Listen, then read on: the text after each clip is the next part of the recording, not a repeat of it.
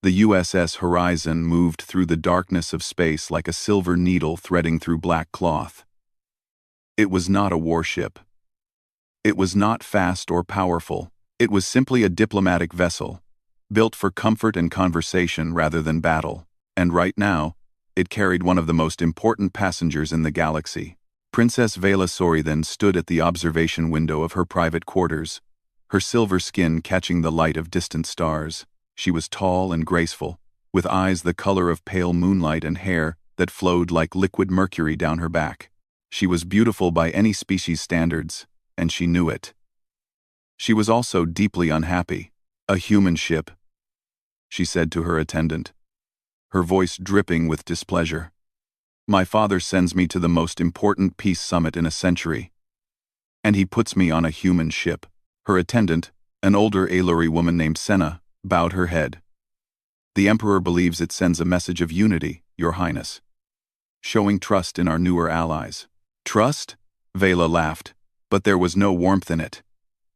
"Humans have been in space for barely 200 years. They are children playing with toys they do not understand. And I am supposed to trust my life to them?" She turned away from the window and walked toward her door. "I need air. This room smells like human machinery." The corridors of the Horizon were clean and functional, nothing like the golden halls of her father's palace. Vela walked with her head high, her two ceremonial guards following 3 steps behind. Crew members stepped aside as she passed, pressing themselves against walls and lowering their eyes. As they should, she thought. She rounded a corner and nearly walked into a young human man carrying a stack of data pads. He stumbled backward, dropping several of them, and immediately fell to his knees to gather them up. "Forgive me, Your Highness," he said quickly, not meeting her eyes. "I did not see you coming." Vela looked down at him with mild disgust. He was average in every way, average height, average build, brown hair cut short, wearing the simple gray uniform of a communications cadet. There was nothing remarkable about him at all. He was the kind of person you looked at and immediately forgot. "You should watch where you walk," she said coldly. "Yes, Your Highness, it will not happen again."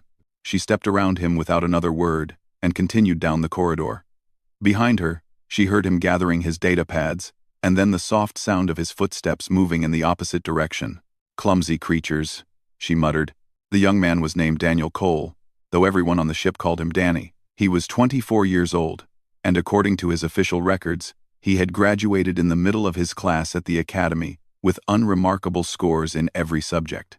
He had been assigned to the Horizon 6 months ago as a junior communications officer, and in that time, he had done nothing to stand out. He ate alone. He spoke rarely. He completed his duties with quiet efficiency, and then disappeared into his small quarters. Most of the crew had stopped noticing him entirely. This was exactly what he wanted. Danny delivered his data pads to the communications center and then made his way to the mess hall. He collected a simple meal protein block, vegetables, water, and sat at a corner table where he could see both entrances. He ate slowly, his eyes moving across the room in a pattern that looked random but was not. 3 Aelori delegates sat at a far table, talking loudly in their own language. Danny understood every word. They were complaining about the food, the accommodations, and the smell of humans. One of them made a joke about human intelligence, comparing it to that of trained animals. They all laughed. Danny's face showed nothing. He took another bite of his protein block. Commander Lisa Grant entered the mess hall a few minutes later. She was a tall woman in her 40s, with gray streaking her dark hair and a face that had seen too many battles to smile easily. She collected her own meal and walked through the room, nodding to crew members as she passed. When she reached Danny's table, she paused for just a moment. Their eyes met. She gave a small nod, so small that anyone watching would think it was just a polite acknowledgement of a junior officer. Danny returned the nod. The message was clear. The asset is secure. Stay ready. Commander Grant moved on, sitting with her senior officers on the other side of the room. Danny finished his meal and left. Later that night, Danny stood alone in a maintenance corridor on Deck 7. It was a forgotten part of the ship, rarely visited by anyone except repair crews. He had found it during his first week aboard and had claimed it as his own. He removed his gray cadet uniform and folded it neatly. Beneath it, he wore a simple black undershirt. His body was lean but hard, covered in scars that no communications cadet should have.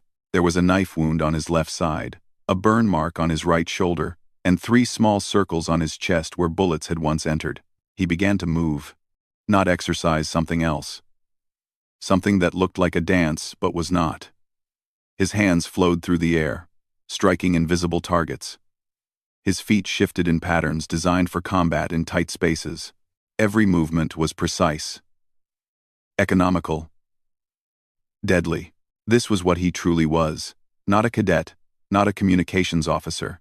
He was a Reaper, one of humanity's most elite and secret warriors.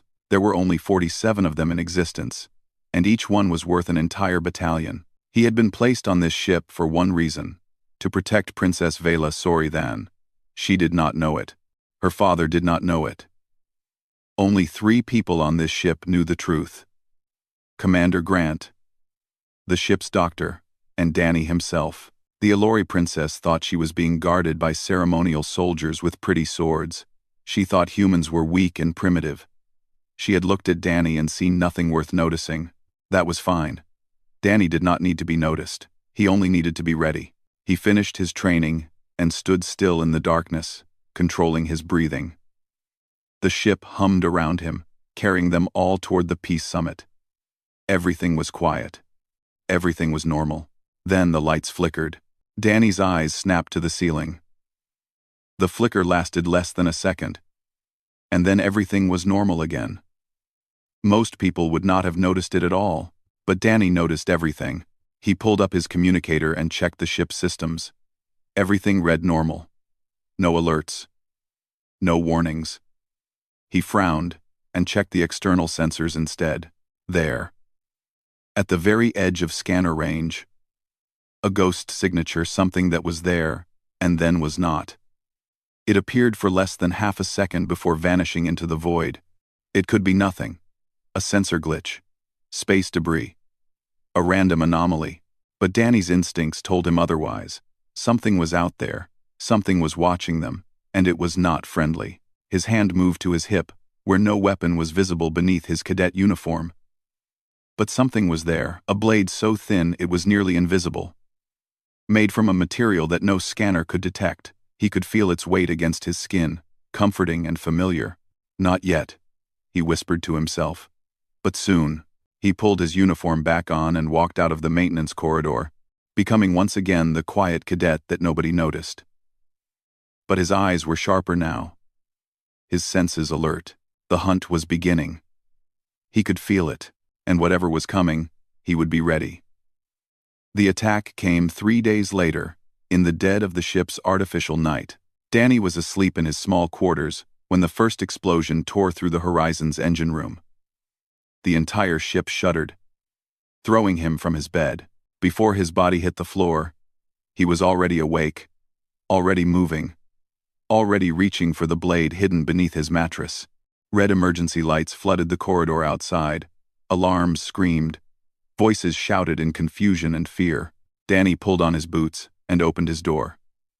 Crew members ran past him in both directions, some toward their battle stations, others simply running in panic. He grabbed a young ensign by the arm. "What happened?" he asked, his voice calm. "3 ships," the ensign gasped. "They came out of nowhere. They've boarded us on multiple decks." Danny released him and the ensign ran on. 3 ships, multiple boarding parties. This was not a random pirate attack. This was a coordinated assault by professionals. He activated his hidden earpiece and spoke quietly. "Reaper 7 to Horizon Actual." Commander Grant's voice came back immediately, tight with stress. 7, we're under attack. Apex Hunters. They've hit engineering and they're pushing toward the VIP deck. Apex Hunters. Danny's jaw tightened. He knew that name. Everyone in the galaxy knew that name. They were the most feared hunters in 12-star systems, mercenaries who captured and killed for sport and profit. They had never failed to claim a target, and they were here for the princess. "What's the status of the asset?" Danny asked. "Being moved to the panic room on deck 4. Her guards are with her. But 7. Grant's voice cracked with static as another explosion rocked the ship. They're cutting through us like paper. We need you. On my way. Danny moved through the ship with purpose, avoiding the main corridors where fighting was heaviest. He climbed through maintenance shafts and crawled through ventilation ducts, moving toward Deck 4 by routes that only he had memorized. The sounds of battle echoed around him. Gunfire, screams, the heavy thud of bodies falling. The Horizon security teams were fighting hard, but they were outmatched. The Apex Hunters were not ordinary enemies. They were killers who had spent centuries perfecting their craft. Danny dropped from a ventilation shaft into a corridor on Deck 6. He was 2 decks below the Princess, and he needed to move fast. He started running. He made it 30 meters before the wall beside him exploded inward. A massive figure burst through the broken metal, a Vrexian, one of the most dangerous species in the galaxy. It stood nearly 3 meters tall, with 4 powerful arms and blades extending from each wrist. Its skin was thick and gray, like armor plating. Its eyes burned with the joy of the hunt. It saw Danny and laughed. The sound was deep and cruel. A human, it said, its voice like grinding stone. A small one. No weapons. No armor. It stepped closer, blades gleaming in the red emergency lights. This will be quick. Danny did not run. He did not beg. He simply stood there, watching the alien approach, his body relaxed and still. The Vrexian swung its first blade, a killing strike aimed at Danny's throat. Danny moved. He slipped beneath the blade like water flowing around a stone. His hand came up, and suddenly there was a knife in it, thin as a needle, black as shadow. It found the gap between the Vrexian's armor plates and sank deep into the creature's neck. The Vrexian made a choking sound. Its other arms swung wildly, blades cutting the air where Danny had been a moment before. But Danny was already behind it, already pulling his blade free, already striking again. 3 more cuts, each one precise, each one fatal. The Vrexian fell. It was dead before it hit the ground. Danny stood over the body, his breathing steady. The entire fight had lasted 4 seconds. He cleaned his blade on the alien's clothing and took its weapons, a plasma pistol and 2 curved knives. Then he activated his earpiece again. Reaper, 7 to Horizon Actual. Asset is compromised. I'm going loud. Commander Grant's voice came back, harder now. Acknowledged. 7. Do what you do. Danny moved. He was no longer the quiet cadet who delivered reports and ate alone in the mess hall. He was something else, now something that moved through the ship like death itself. Silent and unstoppable. He found 3 more hunters on Deck 5.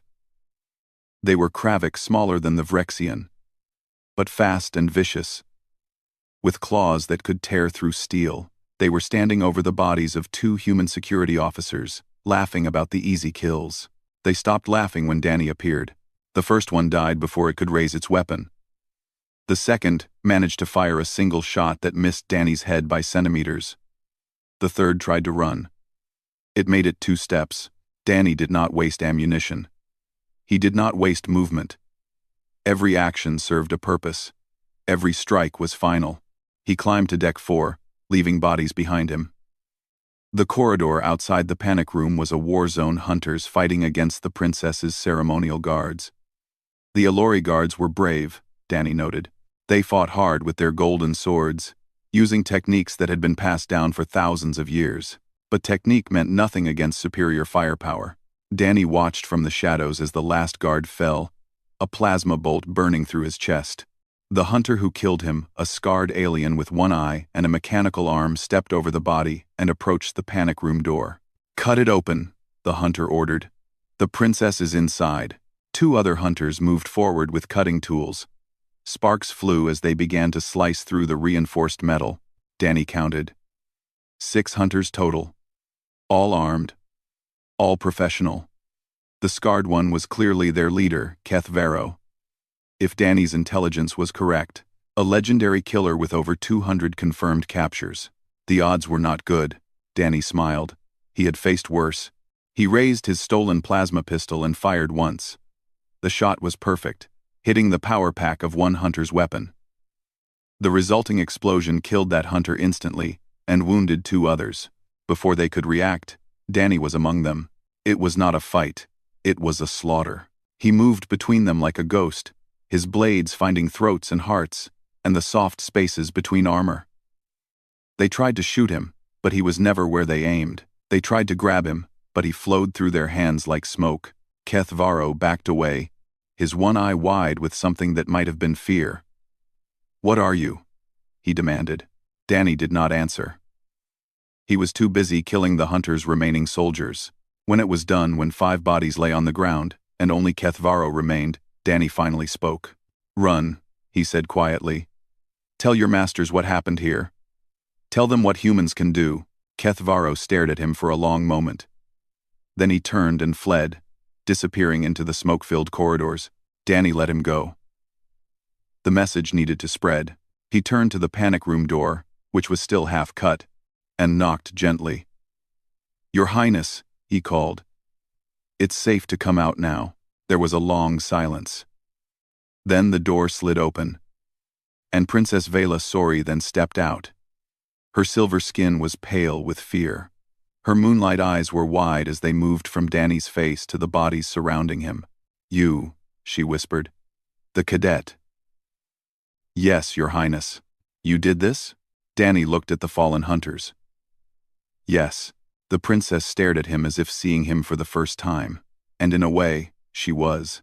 She was seeing the truth that lay beneath the quiet surface, the predator that humanity had hidden among them. "Who are you?" she asked.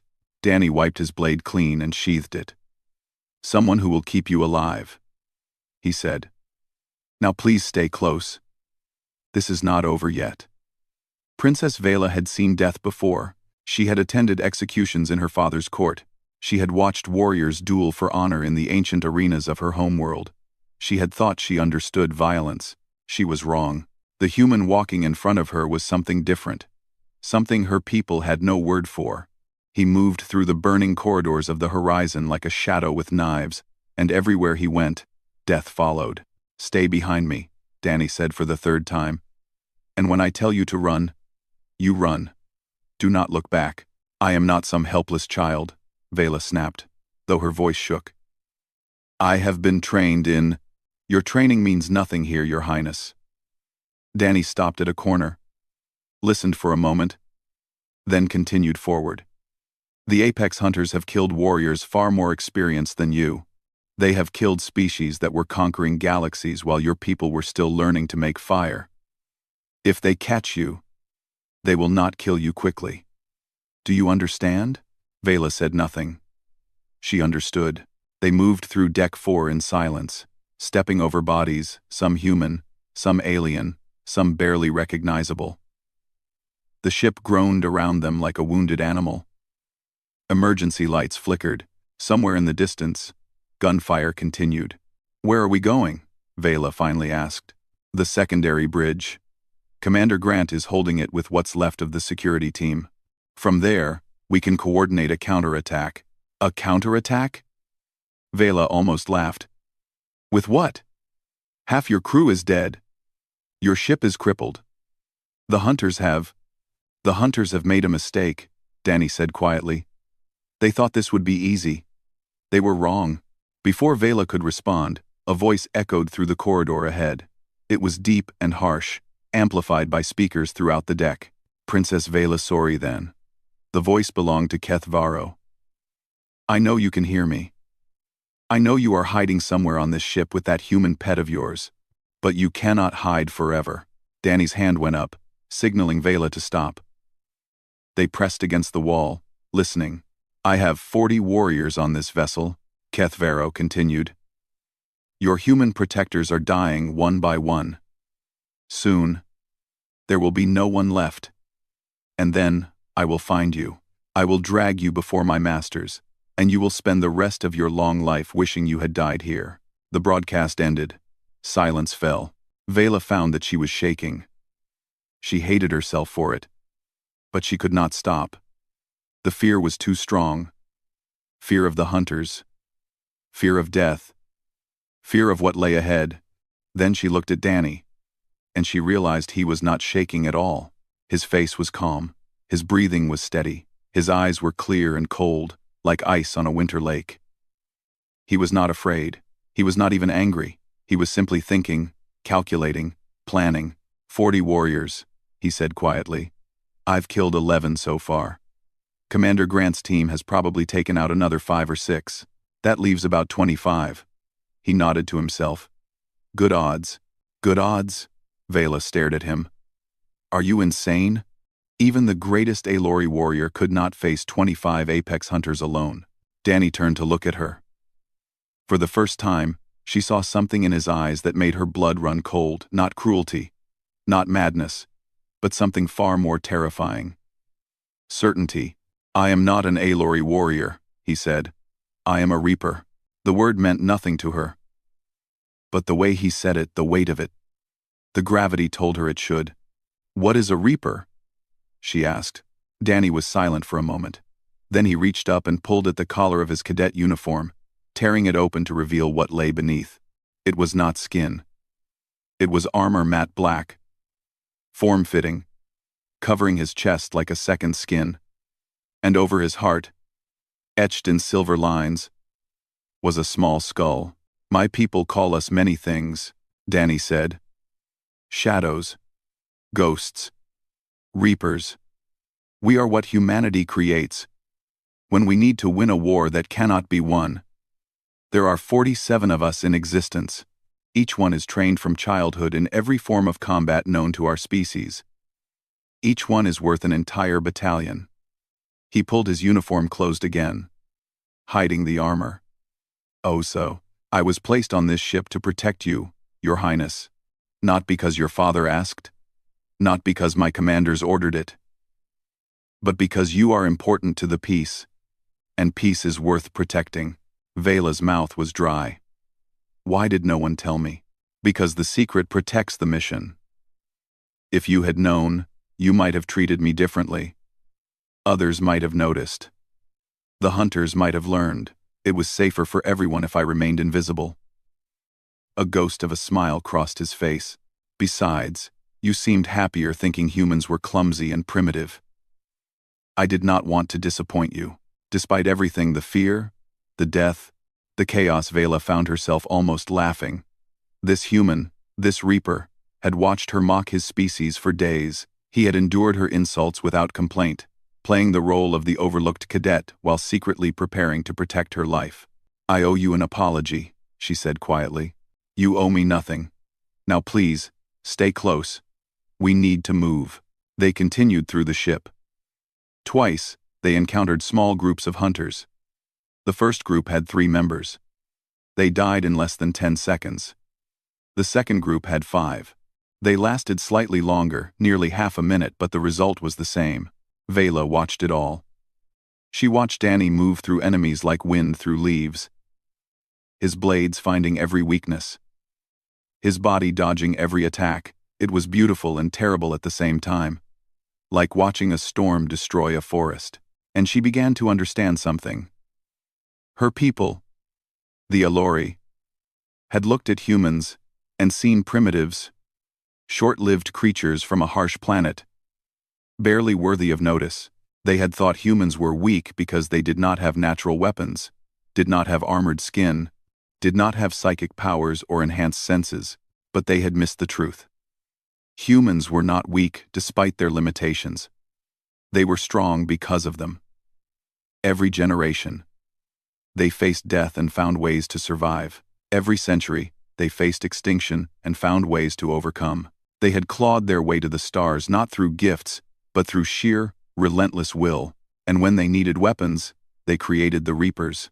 They reached the secondary bridge 10 minutes later. Commander Grant was there, along with 8 surviving security officers and a handful of crew members. They had barricaded the entrances and were preparing for a final stand. Grant's eyes widened when she saw Danny. 7. You made it. I brought the package, Danny said, gesturing to Vela. I am not a package, Vela protested. Nobody paid attention. Grant was already pulling up tactical displays, showing the positions of the remaining hunters throughout the ship. They're regrouping on deck 2. Keth Vero is with them. It looks like they're planning one final push. Danny studied the display. How long until help arrives? 4 hours. Maybe 5. We cannot wait that long. They will breach these doors in 1. Danny pointed at the display. But if we hit them first here, in the main corridor, we can catch them in a crossfire. Grant shook her head. We don't have the numbers for an assault. You have me. Danny's voice was calm. Give me 2 volunteers and a distraction. I will do the rest. The bridge went silent. Everyone was looking at Danny now, the quiet cadet who had suddenly become something else entirely. You're one man, Grant said softly. There are at least 20 of them. Danny smiled. It was not a pleasant smile. I know. It's almost unfair. He paused. For them, Vela stepped forward. I will go with him. Every head in the room turned to stare at her. Your Highness, Grant began. With respect, you are the person we are trying to protect, and I am tired of being protected. Vela lifted her chin, her silver eyes flashing. This human has risked his life for me. The least I can do is stand beside him. She looked at Danny. Give me a weapon. Show me what to do. I will not hide while others die for me. Danny studied her for a long moment. Then, slowly, he nodded. Very well, Your Highness. But you follow my orders. No arguments. No hesitation. Agreed. Danny reached down and drew a small pistol from his boot. He handed it to her. Grip first. Point it at the enemy. Pull the trigger. Try not to die. Vela took the weapon. It was heavier than she expected, but it felt right in her hand. I think I can manage that, she said. Danny almost smiled. Then let us go hunting. The plan was simple. Too simple, Vela thought. But Danny seemed confident, and she was beginning to trust his confidence. They gathered in the secondary bridge. Danny, Vela, 2 security officers named Kyle Porter and Megan Torres, and 3 Alori delegates who had survived the initial assault. The delegates looked at Danny with a mixture of fear and confusion. One of them, an older male named Soran, kept shaking his head in disbelief. This is madness, Soran whispered. One human cannot defeat 20 apex hunters. It is impossible. Danny was checking his weapons, the plasma pistol, his twin blades, and several small devices that Vela did not recognize. He did not look up. With respect, sir, you do not know what is possible. I know the hunters. I have studied them. They have conquered species far more powerful than yours. They have never faced a reaper. Danny finally raised his eyes, and Soran fell silent. You think humans are weak because we are small and short-lived. You think we are primitive because we come from a single harsh world. But you are wrong. Our world did not make us weak. It made us survivors. Every creature on Earth learned one lesson: adapt or die. And we adapted better than anything else. He slipped a blade into his boot and stood. The apex hunters are used to prey that runs, prey that hides, prey that begs for mercy. His voice was quiet, but it filled the room. I am not prey. I am what hunts the hunters. And tonight, they will learn why. The room was silent. Even Soran had nothing to say. Commander Grant stepped forward. The distraction is ready. We've rigged the main corridor with light grenades and sound emitters. It will blind and deafen them for about 5 seconds. 5 seconds is enough. Danny looked at Kyle and Megan. You 2 stay with the princess. If anything gets past me, you hold the line. Kyle nodded. He was young, barely out of the academy, but his hands were steady. We won't let you down. Danny turned to Vela. Your Highness, are you ready? Vela gripped her pistol. Her heart was pounding, but she forced her voice to stay calm. Ready? Then let us end this. They moved through the ship like shadows. Danny led the way, with Vela close behind, and Kyle and Megan bringing up the rear.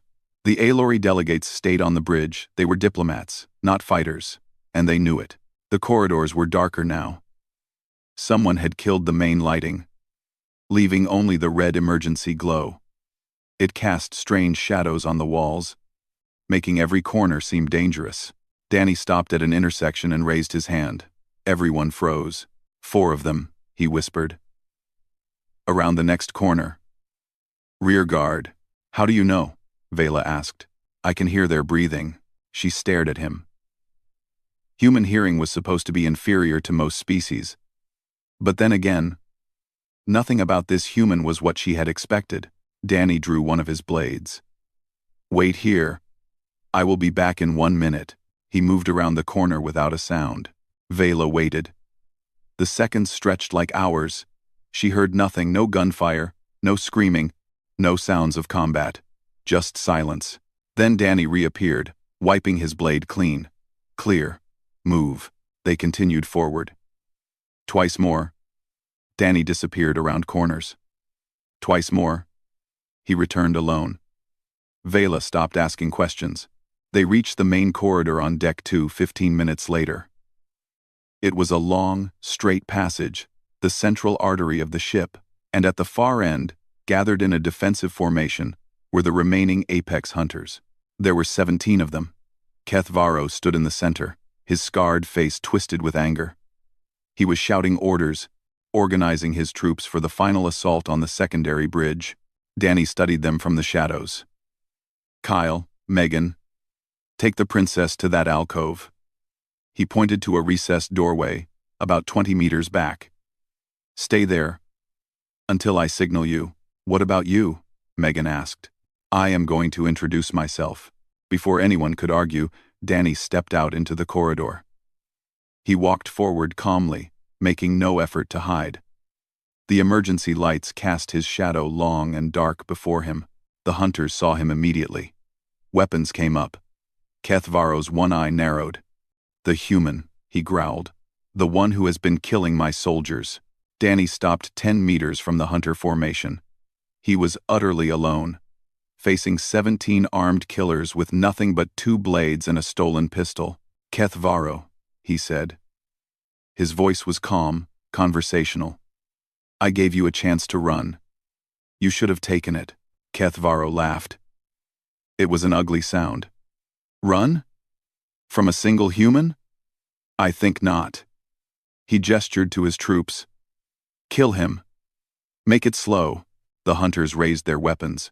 Danny smiled. And the world exploded in light and sound. The grenades Commander Grant had planted erupted all at once. Blinding white light flooded the corridor. A sound like 1,000 thunderclaps shattered the air. The hunters screamed, covering their eyes and ears, stumbling backward in confusion. Danny moved. He was among them before they could recover, his blades flashing in the dying light. The first hunter fell with a knife in its throat. The second lost its weapon hand before it could fire. The third tried to run and died with a blade in its back. Danny did not stop. He flowed through them like water through rocks, always moving, never still. He used their bodies as shields, their own weapons against them. He struck at joints and throats, and the soft places between armor plates. The hunters tried to fight back. Some of them were veterans of 100 battles. Some of them had killed warriors far larger and stronger than this small human. But none of them had ever faced anything like Danny. He was not stronger than them. He was not faster than them. But he was more efficient. Every movement served a purpose. Every strike was lethal. He wasted nothing, no energy, no motion, no time. From the alcove, Vela watched in horrified fascination. She had thought the earlier fights were impressive. This was something else entirely. This was art. Terrible, bloody art. A hunter broke free from the melee and ran toward the alcove, either fleeing or seeking easier prey. It was massive, a thorax, nearly 3 meters of muscle and bone and rage. Vela raised her pistol. Her hands were shaking. The hunter was 10 meters away. 8. 5. She fired. The shot hit the hunter in the shoulder, spinning it around but not stopping it. It roared and kept coming. She fired again. This time the shot went wide. The hunter was 3 meters away now, close enough that she could see the murder in its eyes. Then Kyle Porter stepped in front of her. He was half the hunter's size, armed with nothing but a standard security rifle. But he did not hesitate. He fired 3 shots into the hunter's face at point-blank range, and the creature finally fell. "Nice shot, Your Highness," Kyle said. His voice was shaking, but he was smiling. "I missed," Vela said. "You hit it. That's what matters." He turned back to the corridor. She looked. The corridor was littered with bodies. 15 hunters lay dead or dying. Danny was facing the last 2, Kethvaro and one of his lieutenants. The lieutenant attacked first. It was fast, skilled, desperate. It lasted almost 8 seconds before Danny's blade found its heart. Then only Kethvaro remained. The scarred hunter looked around at his fallen soldiers, the best killers in 12 star systems, reduced to corpses by a single human.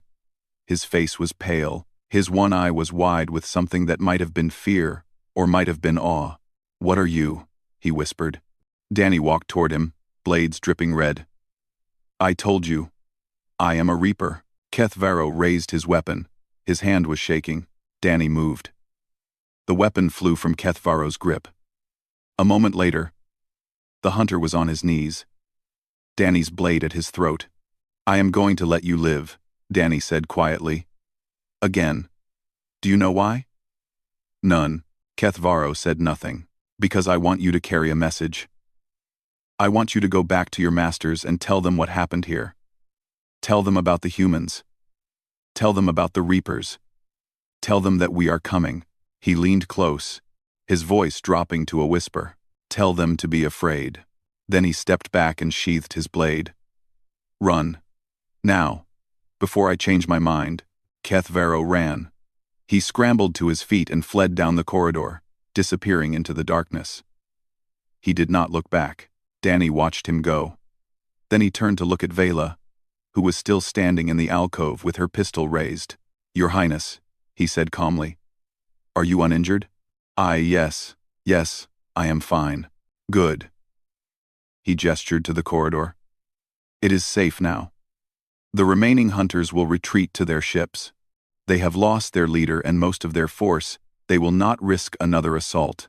Vela stepped out of the alcove on legs that felt like water. She looked at the bodies. 17 of the most dangerous killers in the galaxy, defeated by one man. "This is not possible," she heard herself say. Danny walked toward her, and for the first time, she noticed that he was wounded. There was blood on his arm, more on his side. He was limping slightly, but he was still standing, still calm, still looking at her with those cold, clear eyes. "Humans do many impossible things. Your Highness," he said, "we have had a lot of practice."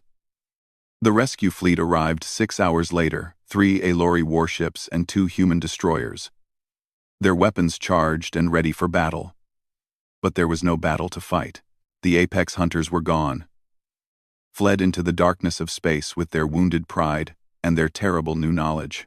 The USS Horizon limped toward the nearest starbase, her engines barely functional, her hull scarred with plasma burns and boarding cuts.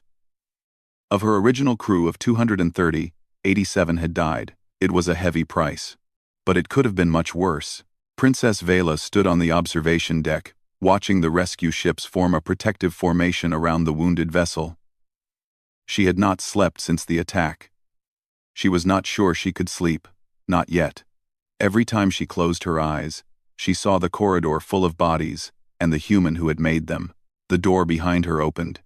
She did not need to turn around to know who it was. "Your Highness." Danny's voice was quiet, respectful. "Commander Grant asked me to inform you that we will reach Starbase Kairos in approximately 4 hours. The peace summit has been delayed, but not cancelled. Your father's representatives are already waiting." Vela turned. Danny was wearing a clean uniform now, not the gray cadet outfit, but the black and silver of the Horizon's senior staff. His wounds had been treated, though she could still see the bandages beneath his collar. He looked tired, she realized, more tired than she had ever seen him. "You should be resting," she said. "I will rest when the mission is complete." "The mission is complete. The hunters are gone. I am safe." Danny shook his head slightly. "The mission is not complete until you are delivered safely to the summit and the peace agreement is signed." Until then, I remain on duty. Vela studied him. This strange human who had saved her life, who had killed dozens of the galaxy's most feared warriors, who had shown her that everything she believed about his species was wrong. He was standing at attention, waiting for her response, as if he was still just a servant. "Come here," she said. Danny hesitated, then walked forward until he stood beside her at the observation window. They looked out at the stars together in silence. "My people have been traveling among these stars for 10,000 years," Vela said finally. "We have met hundreds of species. We have seen empires rise and fall. We thought we understood the galaxy." She paused. "We did not understand anything, Your Highness. I looked at you and saw a primitive, a clumsy, unremarkable creature from a death world at the edge of nowhere. I thought humans were barely worth noticing." She turned to face him. "I was a fool." Danny met her eyes. "You were not a fool, Your Highness. You simply did not have all the information. Most species underestimate humans. We have learned to use that. The Reapers. The Reapers are one response. There are others." He looked back out at the stars. "My people have a saying. Weakness is not the absence of strength. It is the failure to adapt. We have never been the strongest species, or the fastest, or the most advanced. But we have always adapted. We have always survived, and when we need to, we have always found ways to win." Vela was silent for a moment. Then she asked the question that had been burning in her mind since the battle. "How many of you are there?" "Reapers. I mean, 47. 47 in all of humanity?" "Yes. That seems few." Danny smiled slightly. It was the most human expression she had seen from him. 47 is enough. We are not an army. We are a scalpel. When something needs to be cut away, we cut it away, quietly, efficiently, without leaving traces." He paused. "The Apex Hunters were a threat to the peace. They are no longer a threat. Because of you. Because of the Horizon's crew. They fought bravely. Many died protecting you. I was simply the blade they used." Vela shook her head. "You are too humble. I am honest. Humility is for people who have not seen what I have seen." He turned to face her fully. "Your Highness, what happened on this ship will not stay secret. Keth Vero will tell others. The word will spread. By the time you reach the summit, every species in the quadrant will know what a single human did to the Apex Hunters. Is that a problem? It is a change. Some will be afraid. Some will be angry. Some will refuse to believe it. But all of them will have to reconsider what they think they know about humanity." He paused. "That could be dangerous. Or it could be useful. It depends on how it is handled." Vela understood. The Peace Summit was not just about ending a trade war. It was about establishing humanity's place in the galactic community. And now that place had shifted dramatically. "My father will want to meet you," she said. "I would prefer to remain anonymous. I know. But you have earned recognition. What you did, what I did was my duty, nothing more." Danny's voice was firm. "I do not want recognition. I do not want fame. I want to return to my ship and wait for my next assignment." "That is what Reapers do." Vela studied his face. He meant it, she realized. This man had single-handedly changed the balance of power in the quadrant. And all he wanted was to disappear again. To become invisible, to wait in the shadows for the next time he was needed. "You are a remarkable person, Daniel Cole," she said quietly. Something flickered in his eyes, surprise, perhaps, or something warmer. Then, it was gone. Hidden behind the calm mask he always wore. "I am just a human, Your Highness. That is all I have ever been." 4 hours later, the Horizon docked at Starbase Kairos. The station was enormous, a spinning wheel of metal and light, home to millions of beings from dozens of species. Diplomatic vessels filled the docking bays. Flags and banners announced the Peace Summit in 100 languages. And at the main docking port, a crowd had gathered. Representatives from every major species in the quadrant stood waiting Alori, diplomats in golden robes. Thorak warriors in ceremonial armor, Kravik merchants, Vorthak commanders, and dozens of others. They had come to see the damaged human vessel. They had come to see the princess who had survived. And they had come to see the human who had defeated the apex hunters. Princess Vela walked down the boarding ramp with her head high. Her remaining guards flanked her, their golden swords gleaming. Behind them came Commander Grant and the surviving senior officers. And at Vela's side, wearing the simple gray uniform of a communications cadet, walked Danny.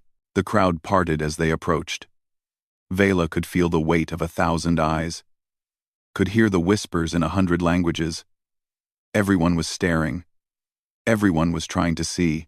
A delegation of Vorthak warriors stood at the front of the crowd. They were massive creatures, the largest sentient species in the quadrant, bred for war and conquest. They had called themselves the apex predators of the galaxy for centuries. They had looked down on other species, especially humans, as lesser beings. Now they watched Danny walk past with expressions Vela had never seen on Vorthak faces before. Not anger. Not contempt. Something else. Respect. The largest Vorthak, a grizzled veteran with scars covering half his face, stepped forward. For a moment, Vela thought he might challenge Danny, might try to test this human who had embarrassed the apex hunters. Instead, the Vorthak raised his fist to his chest in a warrior's salute, and then he stepped aside. One by one, the other Vorthak did the same. They moved back, creating a path through the crowd, making way, not for the princess, for Danny. Vela watched in astonishment. The most prideful species in the galaxy was showing respect to a single human. Not because they had been ordered to, not because diplomacy required it, but because they recognized something in him, something they valued above all else. Strength, true strength, the kind that could not be faked, or bought, or inherited. Danny walked through the crowd without slowing, without acknowledging the salutes. His face was calm, expressionless, unreadable. He was nobody. He was a cadet. He was a ghost that had briefly become visible and would soon disappear again. But everyone was watching him, and everyone would remember. Later, after the formal greetings and the preliminary meetings, Vela found a quiet moment on an observation deck overlooking the summit chamber. Danny stood nearby, as he always did, watching everything. "They made way for you," Vela said. "They made way for what I represent." "And what is that?" Danny was quiet for a moment. Then he turned to look at her. And for just an instant, she saw something behind the mask, not the cold killer, not the perfect soldier, but something more human. "Hope," he said, "and warning. They see a species that refused to be prey, that clawed its way out of the darkness and kept climbing, that turned weakness into strength and fear into fury." He paused. "They see what humanity can become when we are pushed, and they wonder what we will do next." Vela thought about that. She thought about the galaxy, vast and ancient and full of powers that had risen and fallen for millions of years. She thought about humanity, young and fragile and impossibly determined. And she thought about the Reapers, waiting in the shadows, ready to strike at anything that threatened their people. "I am glad we are allies," she said finally. Danny almost smiled. "So am I. Your Highness." Somewhere far away, in the dark spaces between stars, Keth Varro sat in his damaged ship and stared at nothing. His crew was gone. His reputation was destroyed. His entire understanding of the galaxy had been shattered by a single human in a cadet's uniform. He could still see those eyes, cold, clear, certain. He could still hear that voice. "Tell them to be afraid." Keth Varro shivered. For the first time in his long, violent life, he understood what it felt like to be prey. And somewhere in the universe, humanity continued its quiet climb among the stars, small and young and desperately mortal, but also stubborn, also creative, also capable of producing monsters when monsters were needed. The galaxy was beginning to understand what that meant, and the apex hunters, who had never feared anything in their existence, had learned to fear at last. They made way for the humans now. Everyone did.